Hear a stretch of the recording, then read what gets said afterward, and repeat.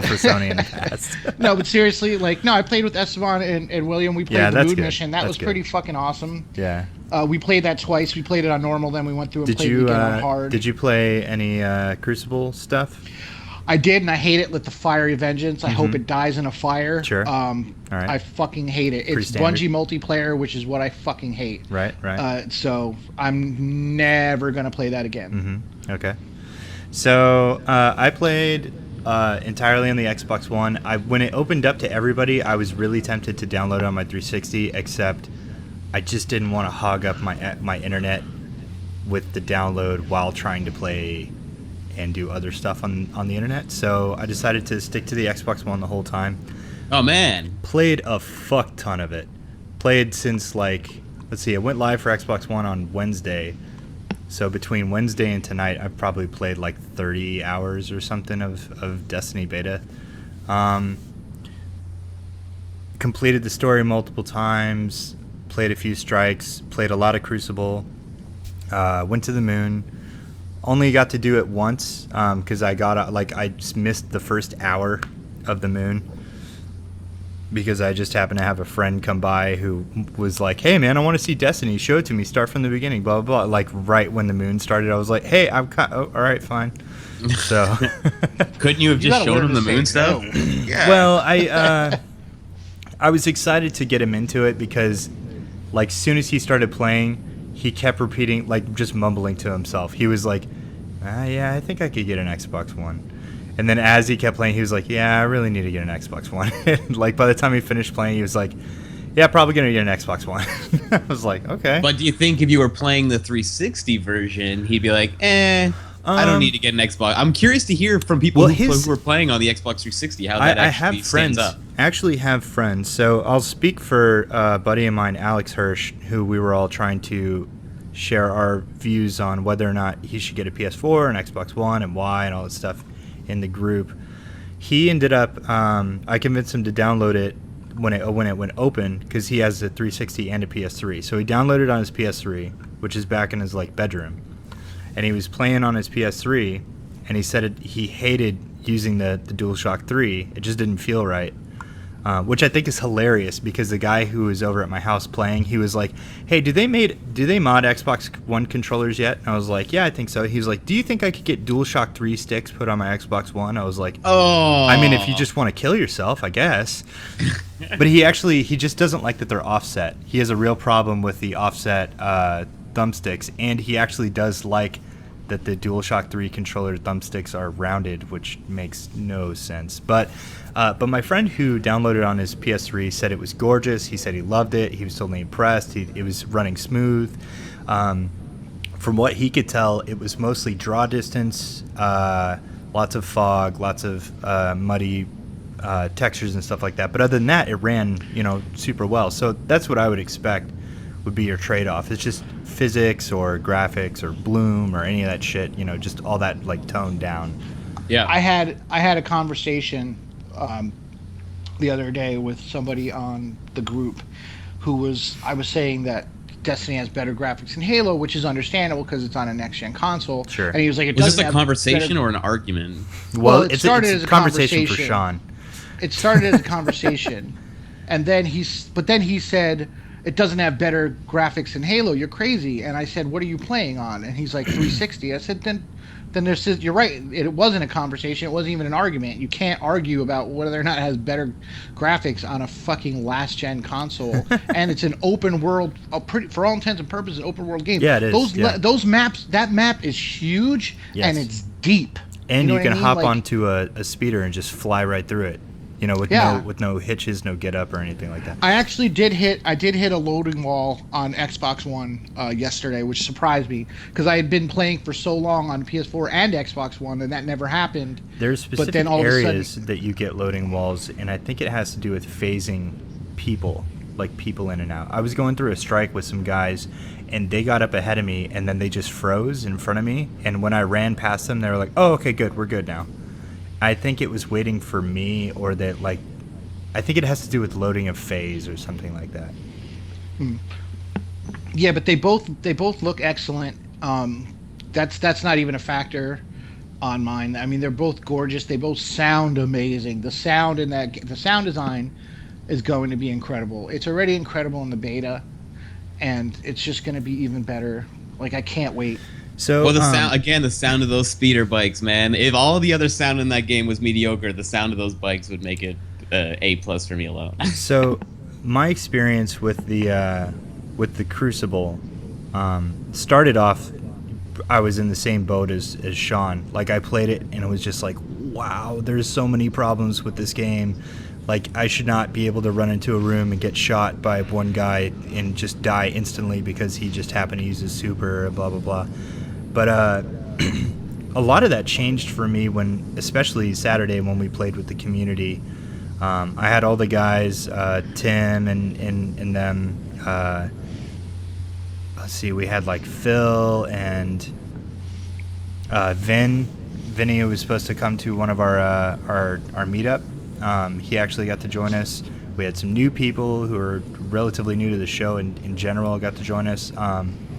And when we got together and first started playing, we were getting our asses handed to us. It felt terrible. Everybody was kind of in a bad mood. Like, it was some gruesome shit. We were getting like 0.06 and 0.23 KDRs. It was really rough. But then we started communicating and actually using tactics and teaming up and like following each other and sticking with each other instead of running out by yourself and just playing generally the way you're supposed to play a team-based game. Yeah. Because Control is a team-based game. I mean, it's like you're not going to play Capture the Flag the way you would play like Free For All or Slayer or something like that. And so because we started working at a team, next thing you know, we got like 3.0 KDRs all the way down. Like the lowest KDR we had for a few games was 1. And we were just wiping the floor with people. So I think it has a really interesting flavor for balance as far as having things like having your supers, having people with different understandings of how to play their class and stuff like that. The fact that you have so many different classes running around out there, it is really unique, and it can suck very easily. But then it could be a lot of fun. Like when we were wiping the floor with those guys, we were having a blast. It was a lot of fun. Yeah, winning is always better. But my problem with the multiplayer is that it's slow. The way it plays, it's just everything. I can play Domination on Call of Duty and Titanfall and get it at the speed that I like. So that's just my thing. Like, I understand if you like Bungie multiplayer. Like, you don't like the ground speed, the running speed? Yeah, this is gonna be fun for you guys if you're a Bungie guy. But if you're not a Bungie guy, I feel like it has, unlike the single player, I feel like the DNA that it has there works well, where the multiplayer just doesn't for me. It just has everything that I don't like about it. I don't know. I just don't. Well, the two main maps are relatively large. Even the mid-sized map, the Shores of Time, I believe, it's still you gotta get moving across some area to get from one place to the next. So I wonder if you might feel a bit differently in a smaller, tighter map like a CQC map. That's more along the lines of like your COD background. Now the whole speed, but I get where Sean's coming from. The whole speed, no matter what, would feel different. Now. Are they? I haven't played a COD map since like and Titanfall's maps are big. So. Yeah, that's true. But Titanfall's got you move way faster in Titanfall than you do in pretty much any other game. Like, you move so fast in Titanfall, it's crazy. Especially when you learn to stay off the ground. Like when you're off the ground in Titanfall, you're flying. Yeah. So there isn't a lot of options for that. But I like the fact that it's just interesting being on the moon, and when you spawn, you're like, oh fuck, I gotta run all the way over there. But then you're like, oh wait, I can just pop up my speeder and fly straight to the point that I'm trying to get to, or kind of zip around the map and get a feel for where everybody's at and stuff. I thought that was pretty sweet. Yeah, I pulled out that bike quite a bit in my few multiplayer matches. Yeah, it makes a world of difference. Actually, it took me a while to even realize that I could do it. Like once I did it, every time I saw anyone running, I'm like, what are you doing? Get on your bike. Like, stop just running out in the middle of nowhere. Here's it's kind of like when Titanfall first came out, everyone was running around on the ground. Yeah, it just takes a while for you to break out of those old habits. Yeah. So, what was your question, man? Here's the question, Drew. So before Destiny came out, everybody was seeing the videos and seeing the gameplay demonstrations, and a lot of the big talk was it's Halo meets Borderlands, and you would see a lot of those type of comments. Now that I've played it, I think it's funny because just going back a little bit, the head guys at Bungie, when they left Microsoft and they were talking briefly and hinting at what their next game was going to be, there's a quote floating around out there from them saying that they wanted to make something as far away from Halo as they could. That was the plan.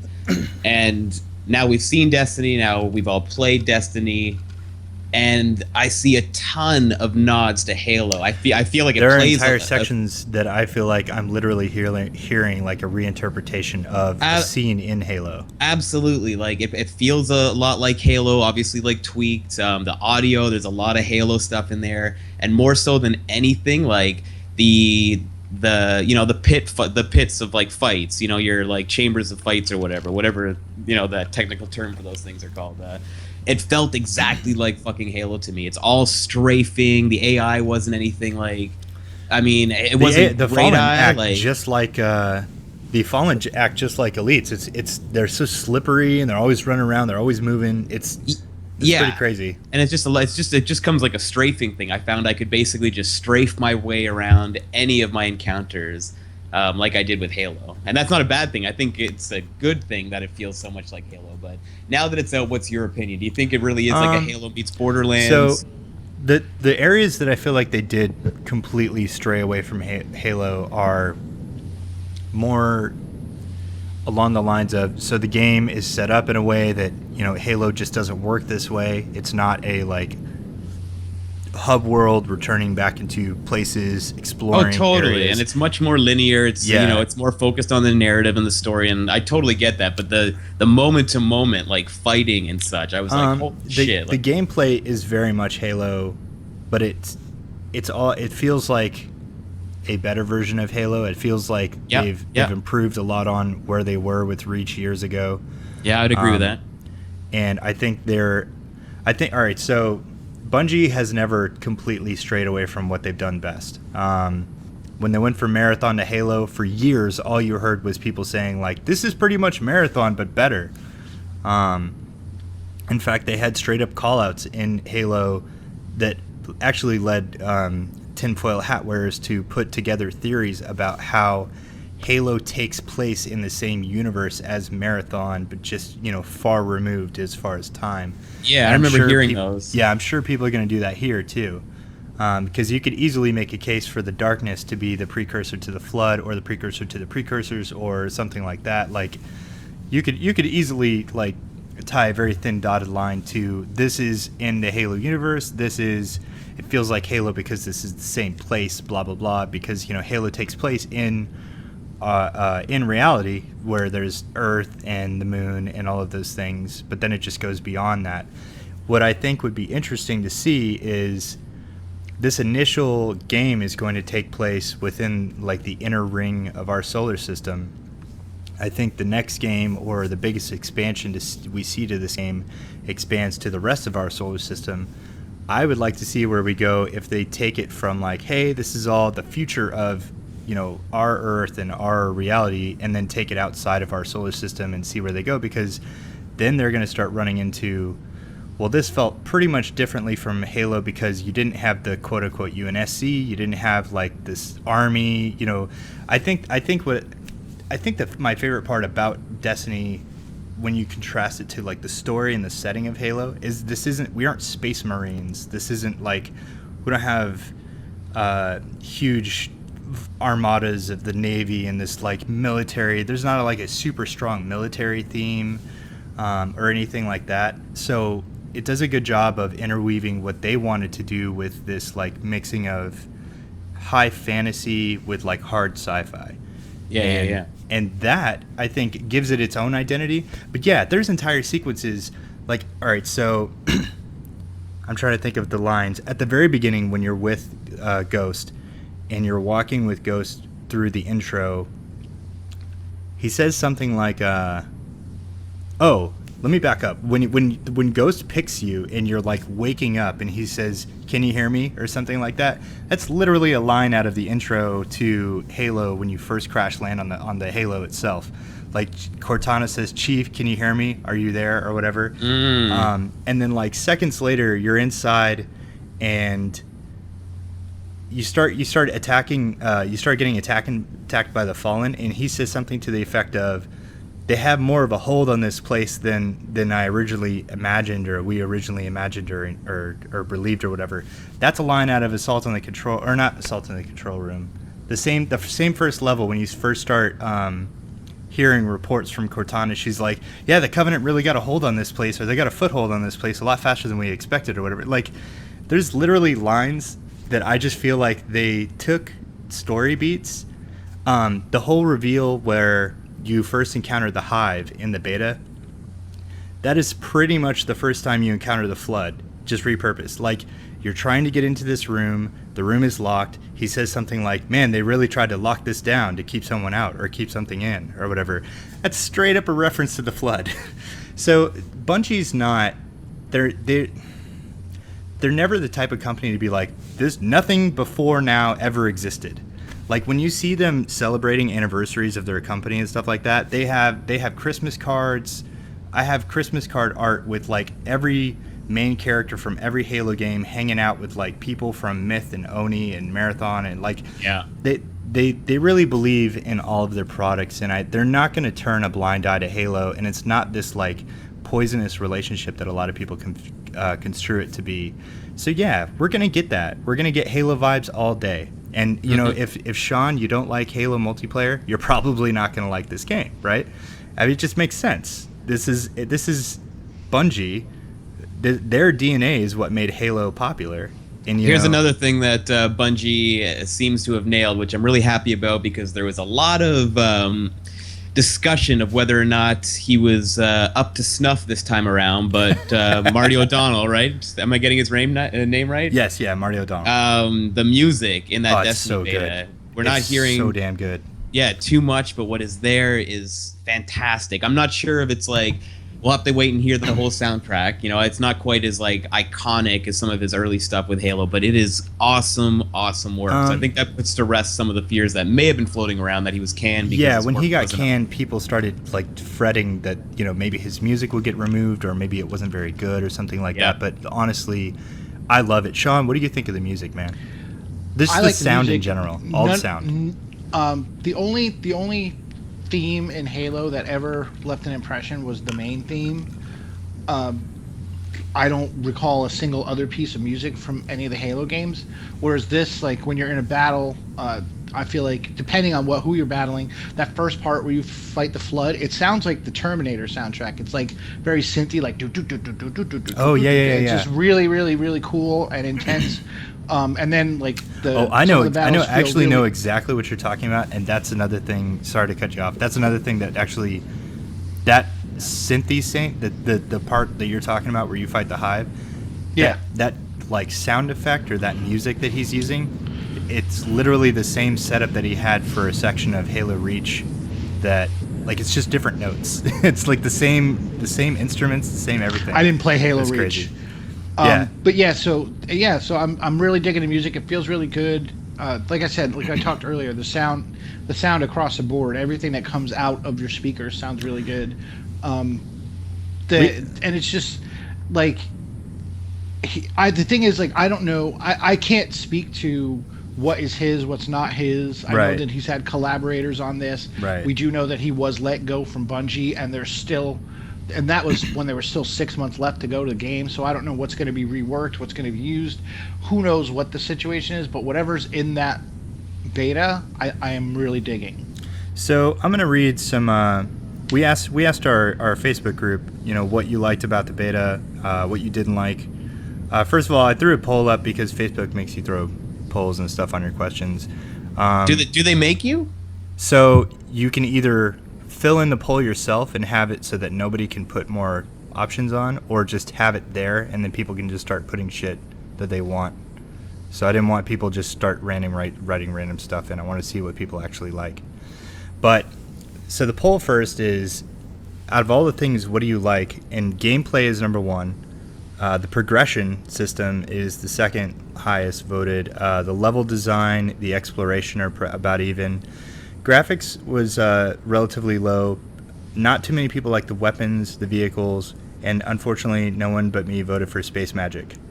Oh wait, no, one other person besides me voted for Space Magic. But a lot of people left comments, so I'm going to read some of those and we can talk about that. I didn't pick the vehicles because they didn't wow me. The Sparrows sound fucking awesome, and that's about it. That was from Esteban. What's the Sparrow? Is that the hover bike thing? Yeah, that's your mount that you can summon at any time. So there's the Sparrow that you can summon. The Pike, which is like a Sparrow, but it's got the guns on it, and it does the strafing stuff in the multiplayer. And then the Infiltrator is the giant tank thing that everybody's like pissed off about, and they're going to nerf after the game. Now they actually said they're going to nerf it. Sparrow's a good name for that bike, but I will forever call that the speeder bike. Oh, for sure, man. I mean, it's the sound effects. It is pretty much a speeder bike from Star Wars. Let's see. Steven said, so far I really enjoy how smoothly events and fireteam missions are implemented into the gameplay. So did you guys appreciate that? Is that working for you, the way that they have it set up, just as far as an interface goes? Getting in and out of like going from one thing to the next, or like say you're out running around and you can just join a fire team. You can just point at someone and say, I want to be in a fire team with them. And then you guys can run around and do like public events or go through the story together. Is that how that happens? Because I saw one guy joined me and Esteban. Not Esteban, Jeremy. Not Jeremy. Jeremy. We were playing, and this guy was this all of a sudden part of our team. And well, depending on the event that you were doing, if you were doing an event that requires you to be in a fire team, like a strike, it'll just throw somebody in there with you. Oh, really? Yeah. But if you're just running around out doing a mission, someone can request to join your fire team. You can party up with people randomly out in the tower, all that stuff. It's all really seamless, and I thought it all worked really well for the most part, with the exception of like there were a lot of party issues with Xbox Live. The chat was all fucked up. I didn't get a chance to experiment with most of that stuff. I'd be just like playing my mission. I would just jump in by myself. Yeah. And sometimes there would be a bunch of people suddenly like running around. So right? I guess we could talk about that. I didn't. I forgot that you didn't really party up with a lot of people, and I guess on PS4 you probably didn't run into the problem with if you were in a party with someone. So say I'm playing the game, and a couple people want to join my party, like my Xbox Live party. So I invite them to my Xbox Live party. I invite them into my my fire team, and we're on party chat. Well, for us to actually hear each other on party chat, we have to keep the party snapped.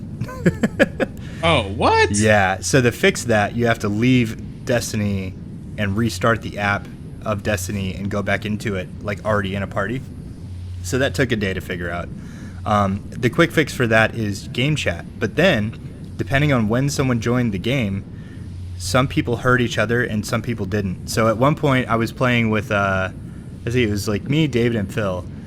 And I could hear David, I could hear Phil. David could hear Phil. Phil could not hear David. Phil could hear me. Like, what? That's messed up. So it was, yeah, they did a lot. I'm sure they learned a lot from all that bullshit. Just dealing with Xbox's party system versus a PlayStation party system versus the 360 party system. Microsoft has got to fix that party shit. The PS3 doesn't even have cross-game chat, so like they didn't have to worry about that issue there. Was as far as like having a party, you know what I mean, like having a PlayStation party and having people chat across apps, or having to leave and go back in it. Like that's not even a consideration. So there was a lot of weird stuff going on with all this stuff. But I felt like what Steven's pointing out here, just how smoothly events happened. You know, how smoothly things worked with. If you start a strike, for instance, so I don't know if you played any strikes, Rory, but a strike is basically kind of like a raid or a dungeon in an MMO where you go through a section of a bunch of increasingly difficult bad guys, and then you get to a boss, and you have to kill that boss, and you progress forward to the final boss and kill that boss, and you get a shit ton of loot. It's a long, arduous thing. So I can't tell you for sure if I did or not. I went through a couple moments where I had peeps by my side and did we you went through waves of fight? things, You, but you I You don't would have definitely, remember.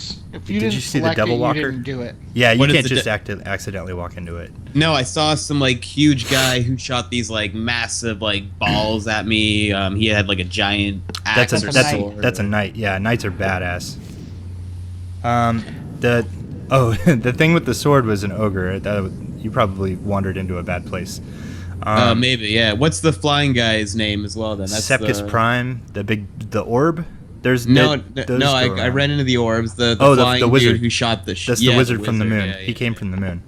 Oh yeah, he came from the moon. He did come from the moon. So strikes are interesting because where I was going with this is when you go to all right. So yeah, you have to party up with some people. You have to get a fire team of 3 people. You go to a strike.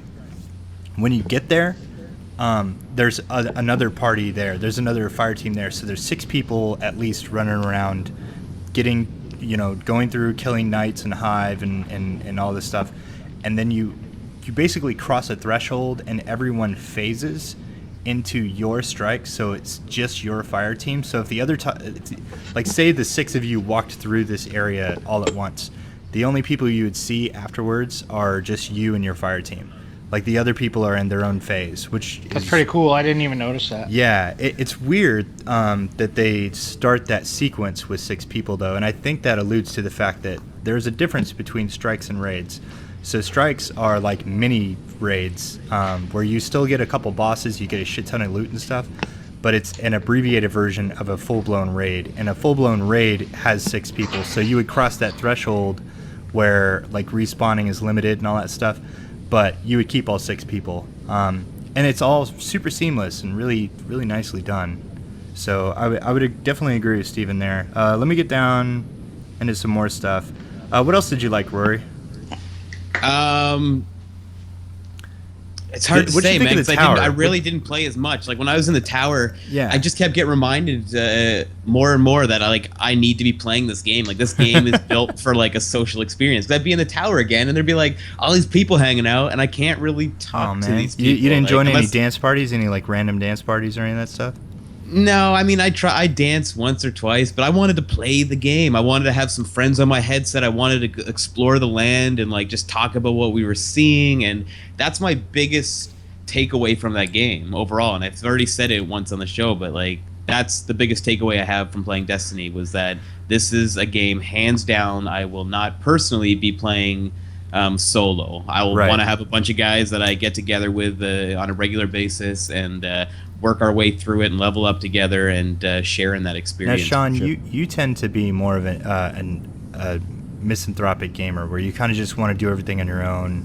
You like to do the solo thing, except for competitive multiplayer, obviously. That's not true. That's not true. I just don't like bullshitting. When we're playing, I want to talk about the game. I want to talk about what we're doing. I don't. Well, like yeah.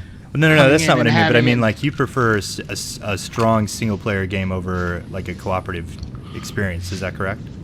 No, I don't have a preference because I enjoy playing. Every co-op game I played Rainbow Six cooperatively. I played the first 2 Gears of War cooperatively. The best time I ever had playing any Halo game was playing cooperatively.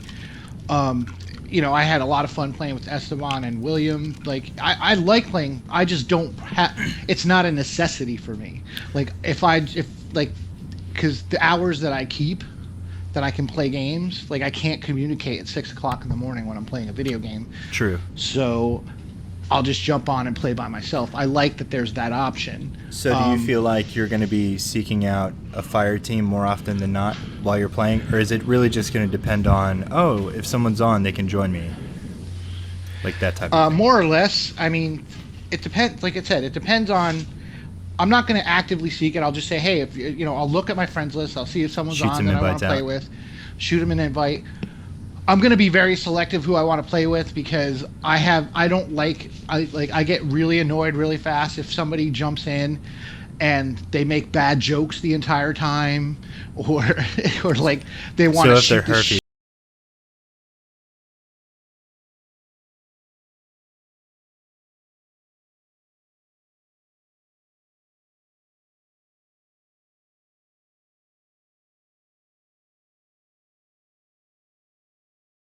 the herpy, in the game, what your strategies are. You want to discuss the game, right? So you're not taken out of. You don't want to be taken out because you can still have an immersive experience online with your friends. You don't want to be taken out of that online immersiveness. Yeah, and one of the things that bothered me is one of the things I was happy about going through and doing the moon mission again was because I missed some of the things that they were talking about. So I was doing this thing that I have no idea why I'm doing it, and that's the thing. Like I don't want to banter when there's story stuff going on. Like I remember being like shh shh shh. Like I want to hear what's going on with the story, like. So it's not a matter of whether I prefer. I'm not like. I know I am generally misanthropic, but that's more about people in general and just like coming in. Like, but you do like working together with people and playing. Yeah, because all the games that you said that you just listed are games that I feel like they have a very strong design concept behind playing co-op. Like Gears of War really set the bar for a co-op campaign that I feel like Halo came back with their attempt at raising the bar a little bit with the 4-player co-op and stuff. So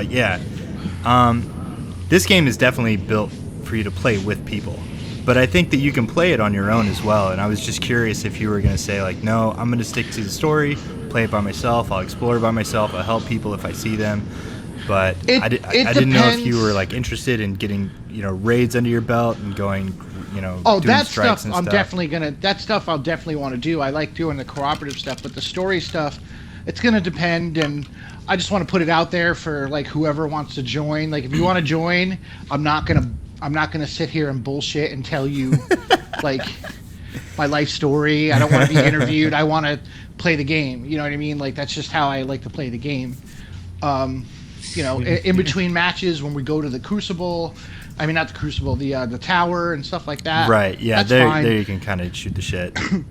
But when I'm in the middle, like when I'm shooting dudes, I want to hear, I want to talk about, we could talk about what we see. Like if it's like, oh, that's cool. Did you see this? Hey, look this out.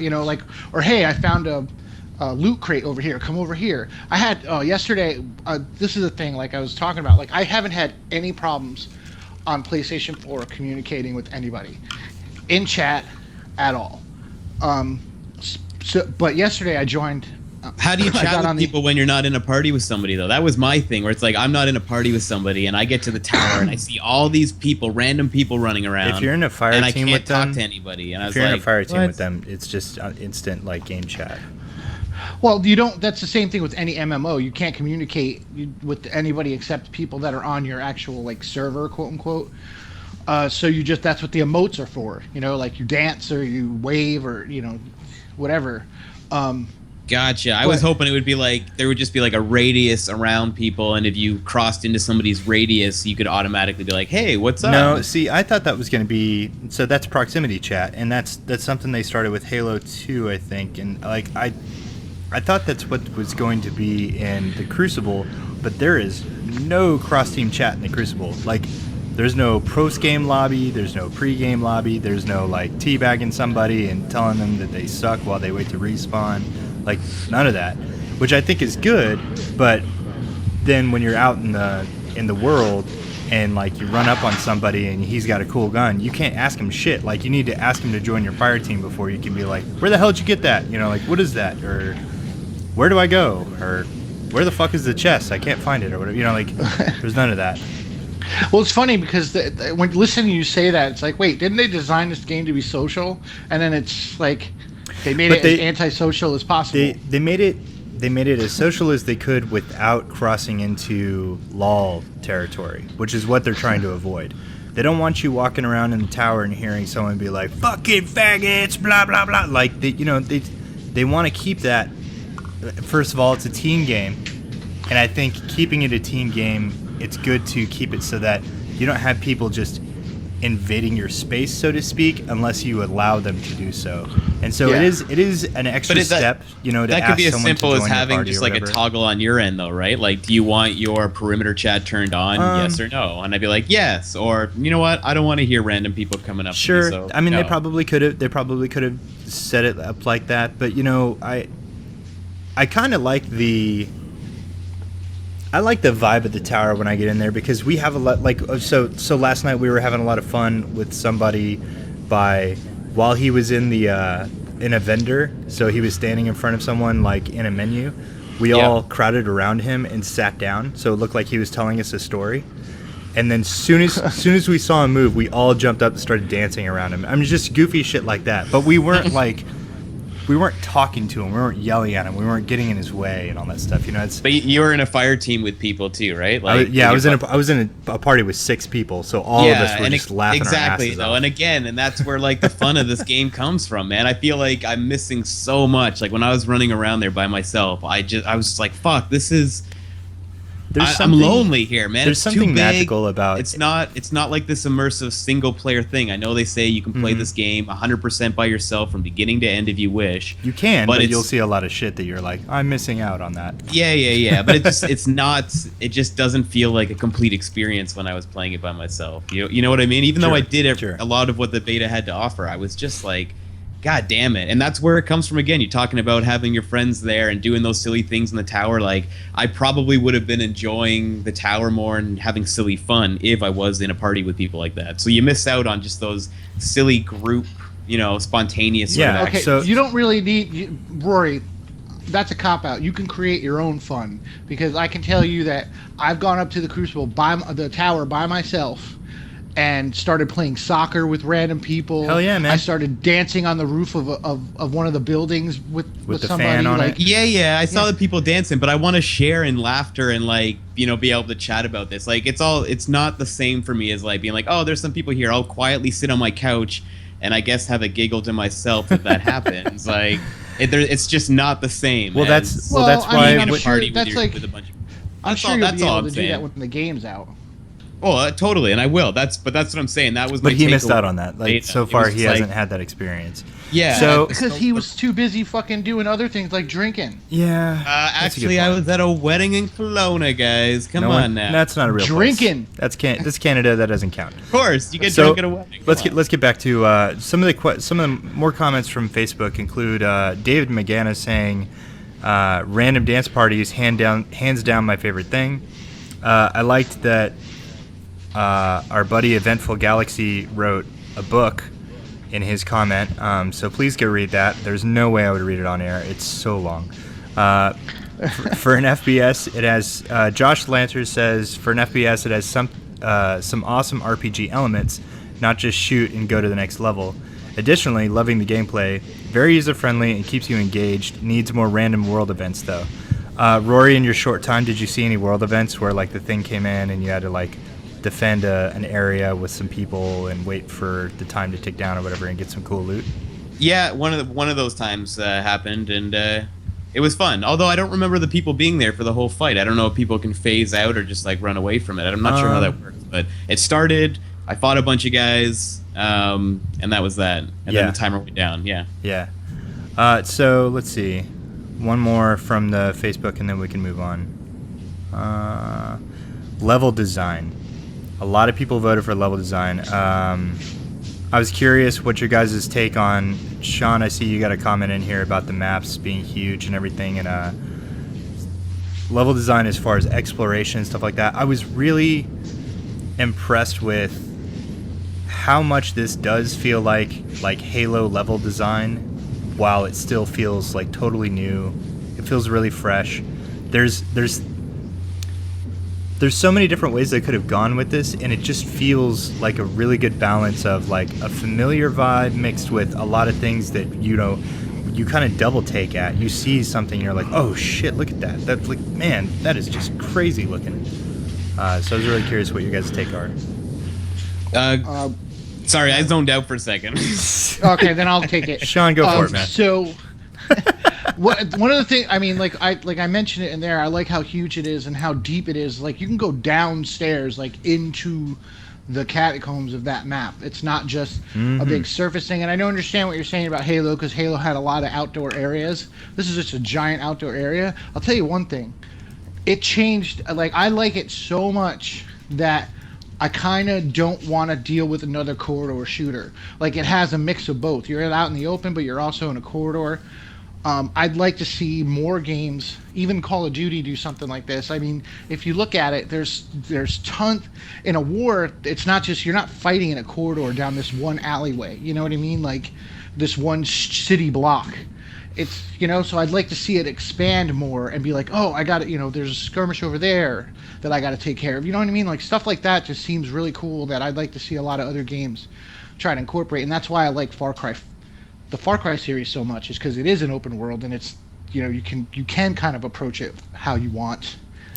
Yeah, and so one thing that I was concerned about when I was hearing a lot of the hype for this game, and I'm not talking about hype like people, I'm talking about like Bungie literally telling you this is what this game could feel like. You could do this and this.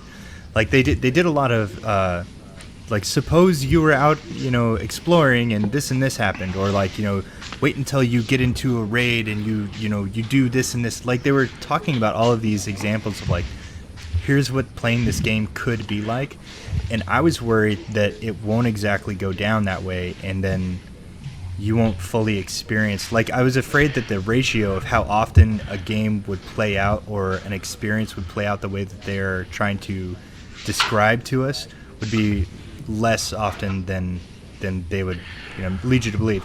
However, it's not. It's totally the opposite. Like when one of the big things that I keep hearing from Deej was wait until you crest a ridge and you see a bunch of fallen and you run in to try to take them out, and then more come in, and so now you're getting overwhelmed, but then some mysterious guardian snipes them from across the way and saves your life, and then he waves at you and leaves, and you're like, man, I wish I could thank that guy. I'm like, that never happens. That happens all the time. I've done that. I've been that sniper helping somebody. Too. Like it's a lot of fun. The one thing, like saying this, is like, and now that I think about it, and I know it's probably not going to be part of this game, and the way that they set up the fiction doesn't really lend itself to this. But if while you're exploring, you didn't have to go to beacons, or you could actually find people that will give you NPCs in the world that would give you missions. Yeah. You know what I mean? Yeah. So that would be cool. When you do exploration, so when you're not doing the story and you're doing exploration on Earth, you literally just go from beacon to beacon getting missions, and you accomplish those missions, and then you just continue on. So I had a conversation with somebody earlier today about this, that one of his gripes is that you do a story mission and then you go back to the hub, and then you come back and do another story mission, and then you go back to the hub. And he was like, I hate that it does that. I just want to explore and go from place to place, Skyrim style, and doing missions. And I was like, yeah, well, that's what you can do if you do the exploration. So really, it's taking a look at what the different events and objectives that are put before you, like what you have at your disposal, and then thinking about what kind of experience that you want to have and just picking the right thing. So, if you want to work together to accomplish some monumental task, you pick a strike or a raid. If you want to go compete with people and work as a team, you pick competitive stuff. If you just want to fucking go explore and save people, like doing what I just described with the sniper situation, like that's exploration to a T. Because you just spawn and your ghost says like, all right, where do you want to go? There's one problem I have. If I'm going to say the biggest negative I'm taking away, and again, it's just a beta, so I understand I'm curbing some of these, but the beacon missions are very repetitive, and it's like, go to this area and scan this thing, or take out this high level target, or kill every enemy in the area. That one happens a lot, killing every enemy in the area. And it's like, I wasn't doing those because I was like, this is fun. I was doing those because I was grinding. You know what I mean? Like I was trying to spam my Nova Bomb as much as possible so I could level it up. I was just, I said, oh, I need to kill X amount of guys, so I'm going to get, so I get to the next level. Then there's the bounties you can do and stuff like that. But I feel like that part could be a little repetitive, so I hope because the beta, it's just kind of like a proof of concept, and that's not content locked, and they're going to do more stuff. I have a feeling that's a strong case. Like I think first of all, we only played up to level 8 content, so you gotta imagine that this was a very small slice of what they have to offer as far as variety. That's what I'm saying. That's why like I'm curbing it. Oh, for sure. but I'm just saying, like, that's my one concern after playing this, because I like everything, and this isn't even necessarily a negative, because I enjoy grinding. I was raised on Final Fantasy games where you had to grind areas to get good enough to fight the next boss, so that doesn't bother me that much. But I want this game to be successful, and I'm already hearing. And the funniest thing, before we move on, the funniest thing is that, like, I don't like Halo, and I like this game. Mm-hmm.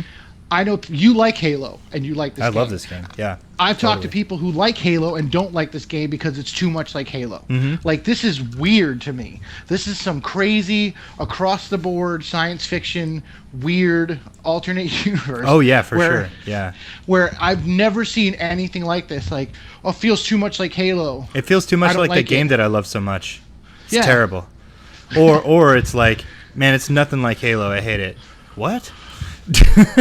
Yeah, it's just like, I wonder who those people are that are the ones saying that I don't like it because it feels too much like Halo. Man, I can't imagine who that is. I can't. It's not like we all know exactly who the fuck that is in our heads right now. I know who it is. I know who it is too.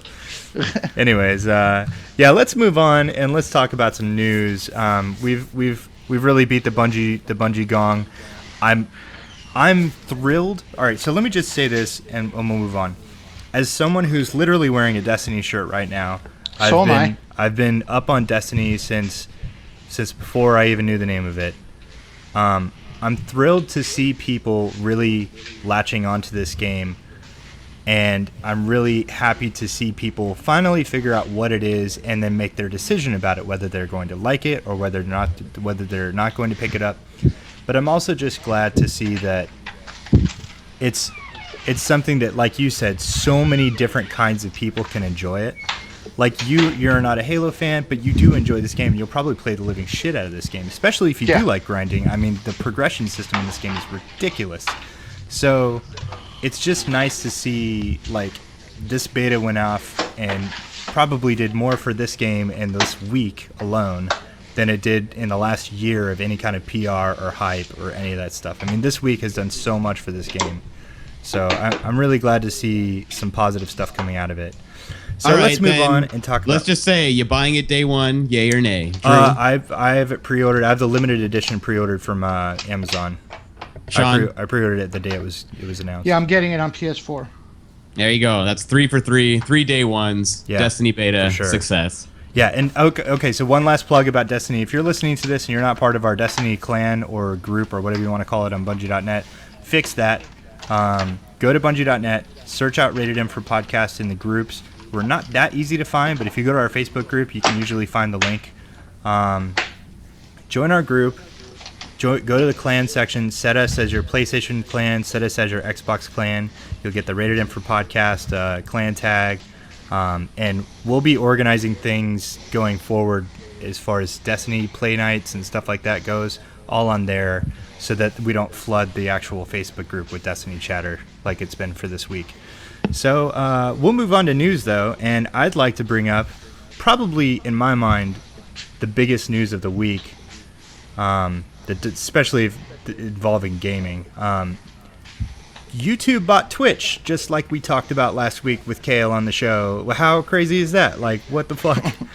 That is crazy. I mean, like, we all knew it was coming, and that's why we talked about it, because, you know, we had heard rumors of it, but I just think it's crazy that news kind of died down, and then we never heard anything about it, and then we talked about it on the show last week, and here it is. Yeah, when I first heard that news, I honestly thought I took it more as a rumor, and on top of that, I took it as a rumor that it eventually would die away and never become a reality, and that got flipped immediately. Mm-hmm.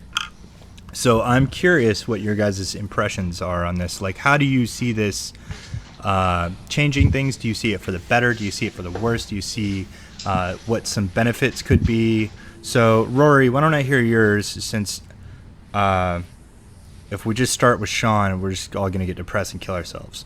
Well, I'll be quick, because I don't know the inner workings of YouTube all that much and how they're operating.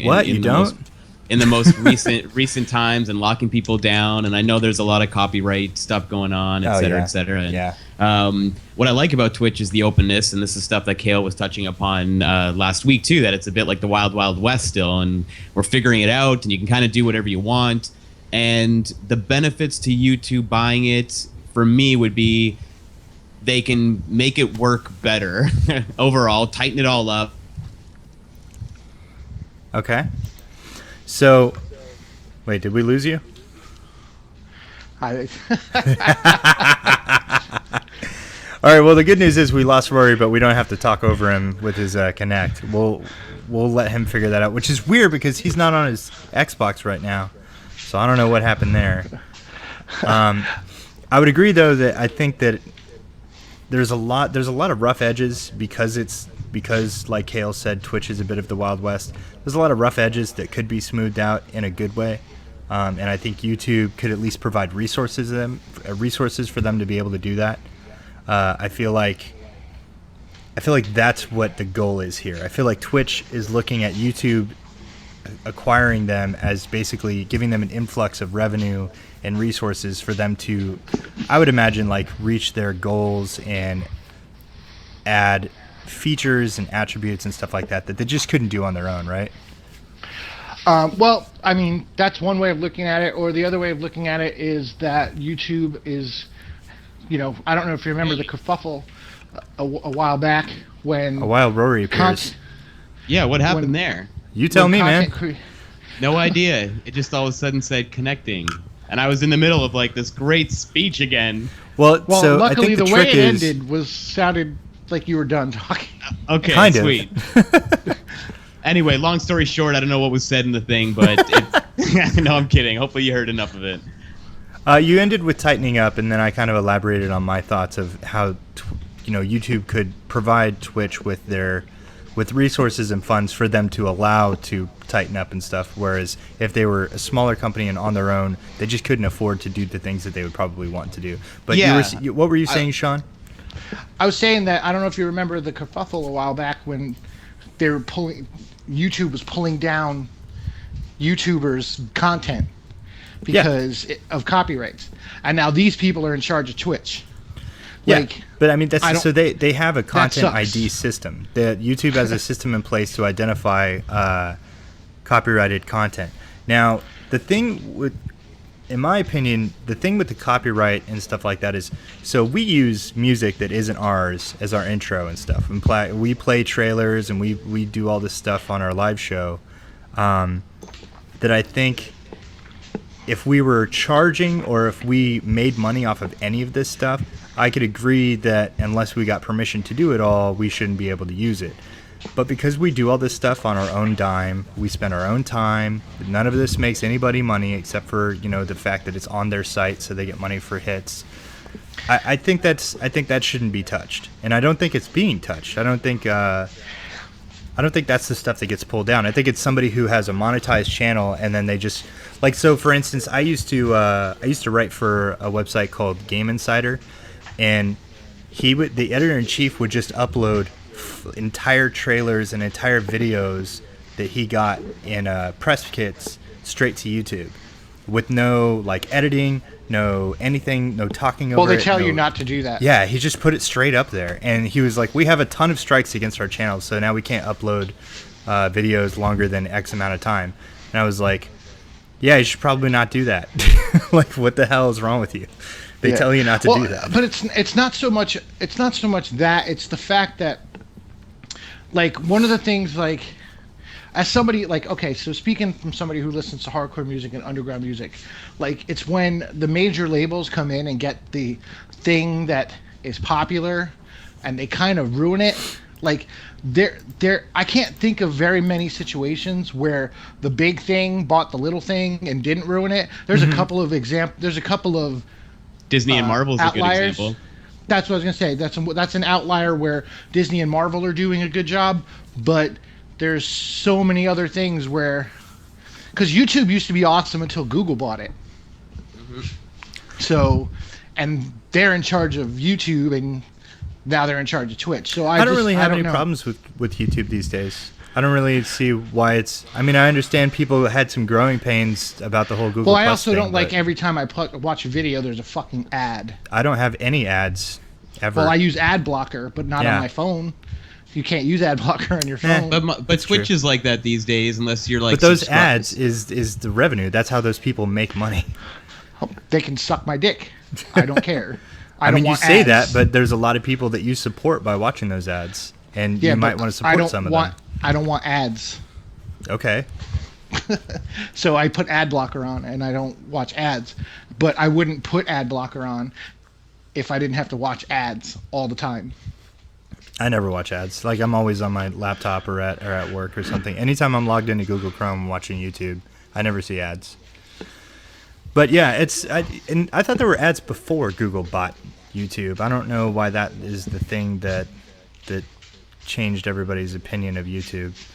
But anyways, Rory, you were talking about the pluses that could come out of this, and I'm hoping that the pluses that you mentioned are the ones that do occur. You know, I think that there is going to be a bit of a growing pain with, sure, maybe there's going to be a tighter restriction on like archived videos. Maybe you can't archive, like, so somebody mentioned you got to be able to archive. Here, my biggest no, thing. No, that's not my. That's not my point. I was going to say my biggest thing in a nutshell. We just taught Sean and I sort of touched on Disney buying Marvel and how that was a good thing. That's what I would like to see in the best case scenario of this buyout, is that YouTube treats Twitch in the same sense, that in the same way that Disney treated Marvel in a way, and they were there to kind of just shepherd and give them some money and help them with resources, et cetera, et cetera, et cetera. So that's what at least I think that's what Twitch views this acquisition as.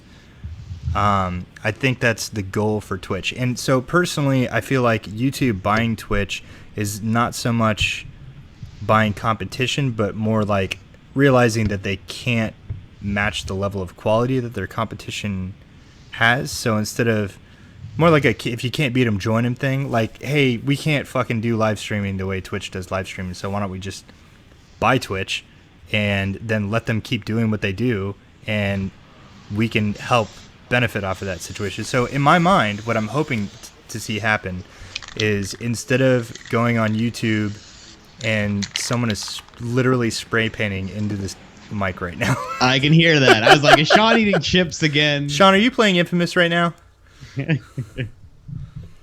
Cool. All right, great. I'm multitasking, man. Leave me alone. So I forgot to press mute.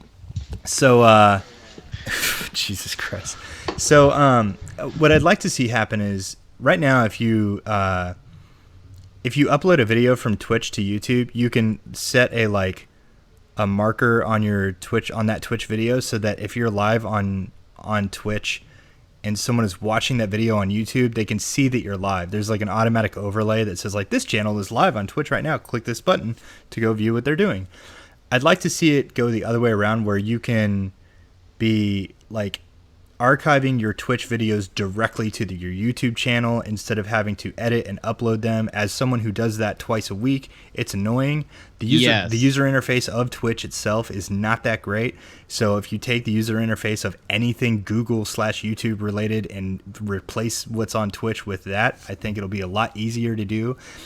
For someone like Abdallah, who can't tune in and watch Twitch live, and he wants to watch our archive videos, if he can't get to our YouTube channel, or if I haven't uploaded it to YouTube in time, he could watch the video on Twitch, except that video player is garbage. So what if you replace that with a YouTube video player? Then it's fantastic. So you just touched on one of my biggest reasons why my Twitch stuff and a lot of other people's Twitch stuff doesn't always make it to YouTube, because it's really it is that issue annoying. where you have to highlight the entire clip and put that on your highlights page, which I only really want to put short clips on there, not my hour-long show. That's where my archive broadcasts are. So to get my thing on YouTube, I have to save it forever. I have to then make a highlight of this that's an hour and a half long, and then attempt to upload that to YouTube. It should be a one-click thing, or like you say, instantaneously. You've already got your toggle set, and because you're archiving it on Twitch, it's archiving so it then to YouTube. Nothing archives on Twitch, and people can go to your YouTube channel directly from your Twitch page with a button specifically placed there to say, go to this person's YouTube channel to watch all their archive shit. Or magically on the Twitch channel, all of your archived YouTube videos, your YouTube channel is there on your Twitch page. Yep. Like, there's a lot that could happen here that can make it a lot better, except I think that there will be a lot of growing pains that people will have fucking problems with as well. Like, I'm not saying that it's going to be all sunshine and rainbows, but I don't think it's going to be all doom and gloom either. You know what I mean? I don't think like Twitch is just going to shit the bed. No, even if we're it just does, we're gonna have to sit back and wait and see, though. Really, Yeah. I mean, it could go either way. I think in the middle, no matter what, everybody will have to be optimistic, and they're gonna stumble a little bit. And there's gonna be some growing pains, and then it's after those growing pains where we'll really be able to sit back and go, is this a good thing or not? You know, it's funny. Like literally right now, with us talking about it, people are complaining in the chat that there's lagging see that. and refresh issues and all this bullshit. With Google buying Twitch, I have a feeling that probably won't be the case for much longer. Well, fingers crossed. You know what I mean? So, you know, hopefully that works out. But let's move on. San Diego Comic-Con, we can wrap up the show with a little discussion about what we liked out of Comic-Con. Sean, if you want to kick it off, the discussion about Comic-Con and whatever you liked out of it. Well, I know there was there's other news. I mean, Rory will probably cover the same stuff because we're the same kind of nerd. But the Hardline got delayed. Oh shit! All the delays. I kept forgetting. We didn't even mention. Oh man, I totally forgot about all that. All right, so run down all the games that got moved or delayed. Well, to the best of my knowledge, it was only 2. I think there were 3, but I can't remember. well, all right, so name I'll the name ones the that you 2. got, and I'll see if I can. Battlefield Hardline got pushed back to February Right. of 2015. Right. And Dragon Age Origin got pushed back 1 month. So to November. Shadow of Mordor got moved up to September 30th or something. That like got moved up though. That's that's yeah. good news. Yeah, it is. But it's interesting that everybody's jumping. Like everyone says, they're jumping ship from October. They should, which is great. We've been hoping that this is going to happen for a while now. So, a Battlefield in February. What? How the fuck is that going to work? Who knows? Like, is this going to help Battlefield? Do you think? I don't know. I Battlefield 4. I was like, fuck this. I'm never playing another Battlefield again. So. Do you think that so Battlefield's big competitions, Call of Duty and Battlefield are military shooters, but really that's the only place that similarities lie. And even now, Battlefield is a police shooter and Call of Duty is like super future warfare. Like it's not even. I don't know. I'm really curious to see how any of this shit really pans out. Well, I think Hardline definitely. I think Hardline probably just didn't have as good of a beta as they thought they were going to have, and they need time to fix it. And that's what they said. And see, I think that's good news because what is they cannot launch the way they did after the last thing, right? No, they absolutely. have to launch good. So if they need to take a little hit, a few punches to the face, and go late, then that's what they got to do. They have to have that online be out working. This fiscal year. That's the big thing, and that's why it's pushed back to February. So the latest it can go is basically by the end of March. Right. Right. But they want that last month of 2 month and a half for their financials. So switching gears to the Shadow of Mordor stuff, do you think this saves this game at all? Like it moved it like 2 weeks or something, but do you think that people are gonna pick it up and check it out at least for that initial week that it buys it? Nope. Okay. Yeah, I don't think so. To me, that game, as I think for a lot of people too, is a wait and see what the reviews are like. I think a lot of people are interested in seeing more of it and maybe playing it themselves, like I am as well. But it's not a game where I'm convinced myself where it's like I'm going to pick that game up, even if I plan on selling it to a buddy quickly. It's like it's not one of those must-have titles in a fall that's got a bunch of games I want to buy. So well, it's coming out 3 weeks after Destiny, so I think that's a mistake. They should have. But I don't know. I mean, I don't know. I just don't see everybody's talked about this game, and nothing I've heard about this game sounds particularly interesting. That's just me. So game's not on my radar. But when you're sandwiched in between Destiny, and Destiny's a game that's probably going to take a good month for people to kind of go through and get everything they can, and then the stragglers will stay on for multiplayer, and maybe if they do free updates in terms of like, hey, here's a new strike mission or something. I doubt they'll do that, but I think something that could make a difference for the people who buy into the initial thrust of Destiny is how much they do what they did here with the beta, where they're like, this Iron Banner event's happening, you get the special thing, or like, oh, like in October there's this whole thing going on, or here's the thing, and then like they keep pushing that through the holiday. That could keep a lot of people invested in that game and keep them from going somewhere like Sunset Overdrive or Evolve or even that's true. Battlefield. Sunset Overdrive comes out like a week before Shadow of Mordor 2. Yeah. That's gonna There's a bit of a cross section there. I think it's interesting that let's see, Dragon Age got moved to November and Shadow of Mordor is in September. That game, the only real like direct competition other than like any other game ever is Dragon Age. So the fact that they're so far removed could really help them. But I don't know. Fable isn't. What is Fable doing? Is Fable coming out as well at the end of the month or at the end of the year?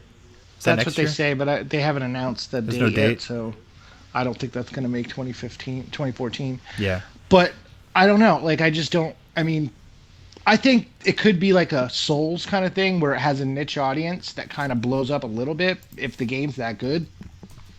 But I don't think that game's going to come out of the gate doing great things.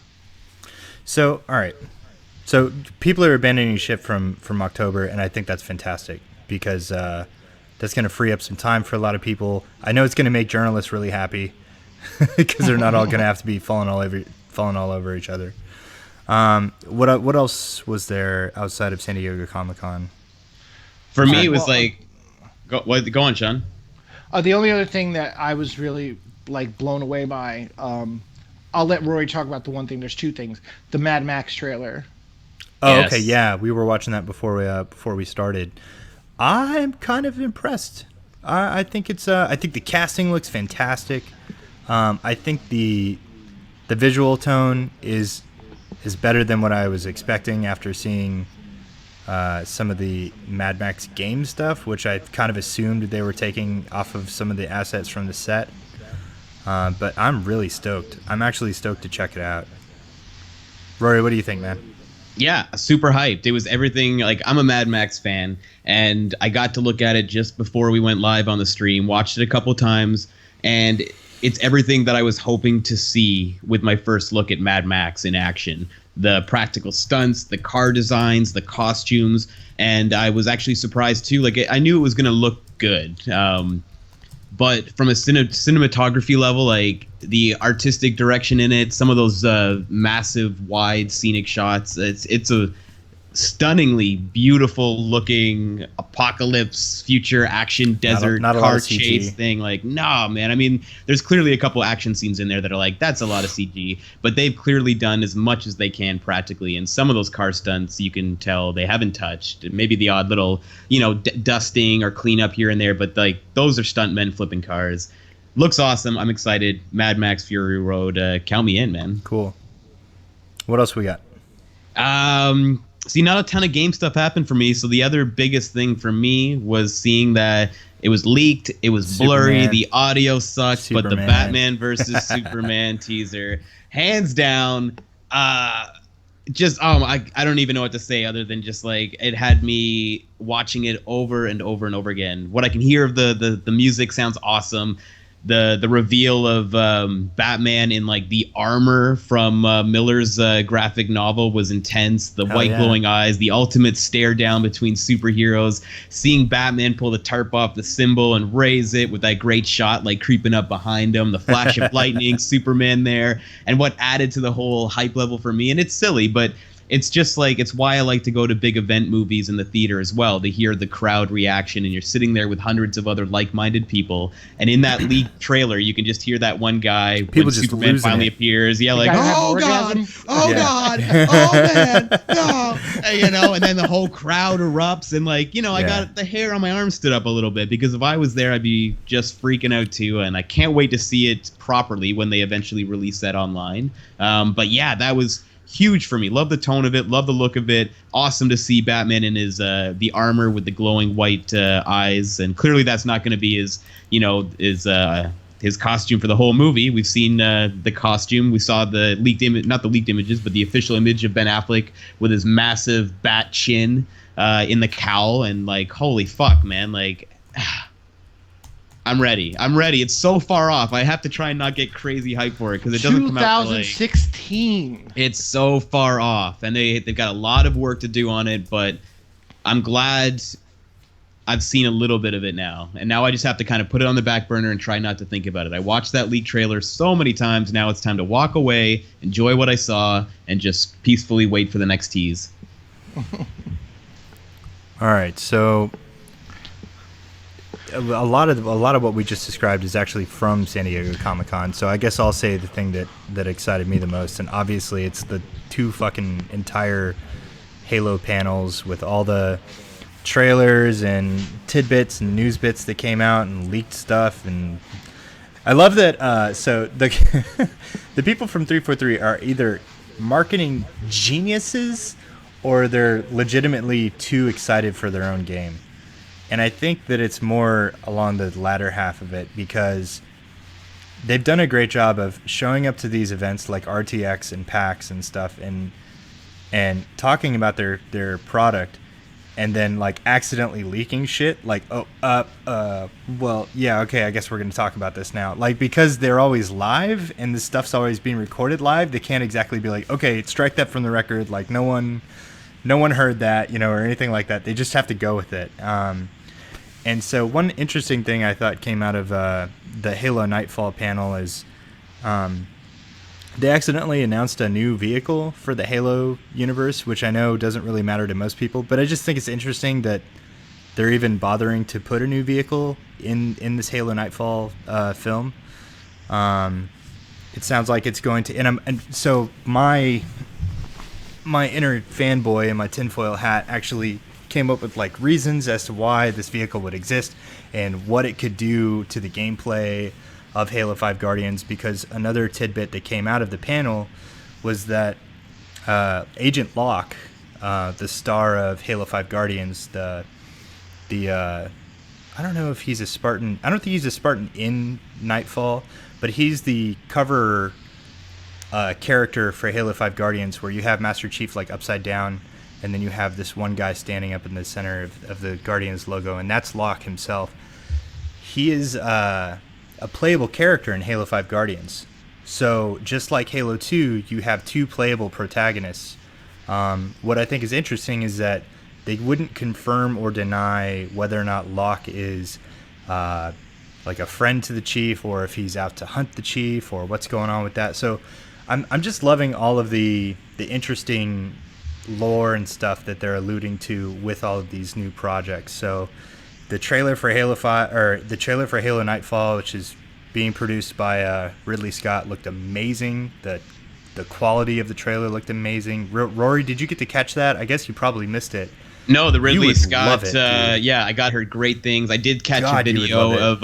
Let's check that out after the show. Let's do that in the post stream for sure. But I heard some really good stuff about it though, so I'm hyped to check it out. Dude, it is so good. It looks so. All right, so Forward Unto Dawn was a like short thing that debuted on Machinima and looked very much to the level of quality of something like the Mortal Kombat series that's on Machinima. Yeah, I've heard this looks like Ridley Scott quality, like the innards Prometheus and shit. Like this looks like high level quality stuff, and that's the biggest thing I've heard people take away from it. That the production level, they've all clearly spared no expense. Yeah, spared no expense. So I'm really, really stoked for that. I'm really, really stoked for Halo 5 Guardians. I have all kinds of crazy theories going on. I actually said some of them on Podcast Evolved. So if you want to go check that out and you hear what I had to say, check that out on iTunes. It's not up yet, so don't look for it right now. I haven't put it up yet. I've been slacking. But San Diego Comic-Con had a lot of big news. Not so much in the world of games, but just peripherally, and games are really starting to creep into Comic-Con more so this year. Like Nintendo had a full-blown fucking presence at Comic-Con. Before we move on, I just want to say we talked about on this podcast in March the Last of Us movie, and now all of a sudden people are reporting this like it's news. Well, I mean, so they are talking. Well, now casting, they're talking about that's casting, kind of the right? new. That's the new thing. No, but I've read headlines saying I saw that it's too. announced, and it's no. I think that's because it's hitting. No. I think for the outer, so the world outside of our little bubble, this is probably the first they're hearing of it. You know what I mean? Maybe, like yeah. the people, anybody at Comic-Con who doesn't know, what The Last of Us is, or that it even came out last year or something like that. Like this is all news to them, right? Yeah, we've known for a while though, like you say in that inner bubble, that the movie's been announced and that Neil Druckmann's at least been writing the screenplay. That's sort of what we've been hearing. But that's been in the trades. So sure. If it's in the trades, these people know about it. And I just Polygon even has it as their headline. Well, we can't all be perfect. But there's that. There's The Last of Us. There's Warcraft.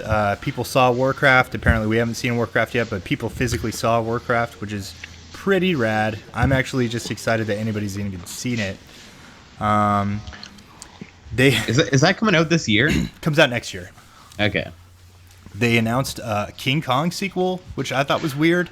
A sequel to Peter sequel. Jackson's movie? I thought it was a sequel. I thought they listed it as a sequel. Universal owns the rights to the original King Kong. This is the option they based on King Kong, King of Skull Island. So it's like a Skull Island movie. Yeah, it's actually about called King Skull Kong. Island, right? Yeah, so I'm sure they'll say King Kong Skull Island or something like that, King of Skull Island. I think it'll be like based on a book, but that they have a date for that. They don't have a director, they haven't announced a writer, and they have a fucking release date. That's a sign November of probably not 2016. going to be a good movie if they actually stick to that date and they don't even have any of that stuff yet. So there's a lot of interesting stuff, but I think we're running out of time as far as kind of diving into any more topics. I wanted to talk a little bit about what we're going to do next week, which we haven't planned yet, but I want to come up with something special. So I think what we're going to do is we're going to have another community guest.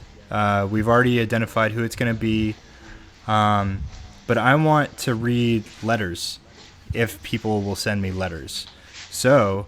Like on paper, written? No, they're emails. On the internet. Like you can write it and then you can scan it and then you can email it to me. So I want emails. There is an email address. ratedmforpodcast@gmail.com is a real thing that exists. And if you send letters to it, we're going to try to read some next week. You can tell us what you like about the show, why you like the show, how you found out about the show, how you listen to the show. Just tell us about, your experience. I'm sensing a theme here with the community and what's going on with the show and how you feel about it. Feel free to tell us how much you hate it, but you just keep tuning in every week to hear how bad it is. That's cool too. And so I want to do that next week, and hopefully we're going to continue this community guest thing every other week. Is that what we decided? Every other week? I thought we were going to do once a month. Twice a month? No, I thought it was going to be more than once a month. We either decided on like twice a month or every other week. I can't remember. We'll see what people say. I was saying once, and then I think you, Drew, were mentioning maybe twice or something. I don't know. But we'll figure it out. I feel like once a month isn't often enough, and every week is a little too much because we'll burn through everybody and we'll have everybody on like 2 or 3 times. Maybe once every 3 weeks. Yeah, we'll find a happy medium. But so we're hoping to get. I think we're getting Matt Danovic on in the next couple weeks because Comic-Con's over and he said he was going to try to come back after that, and then we're hopefully going to get Marcus Beer on sometime in August or September. So next week, episode 20 should be pretty rad. Anything you guys want to pitch or throw out before we wrap the show? I'm going to start officially this week with We the Nerdy. I'm actually giving you my Destiny impressions because you were asking for that. Yes. No one's giving me shit yet. That'll be up. Well, then it might be my own article. Probably. Well, me and you. So that'll be up this week. You can follow me on Twitter, N2 and other, the letter N, the number 2, the letter N, the word other. On Twitch. That's also my gamer tag and my PSN name. Send me an invite, send me a friend request, and we'll play some games together. Just shut up and don't chit chat. Just come play with me and don't talk. Don't look at me. You can talk. Don't look me about in the game.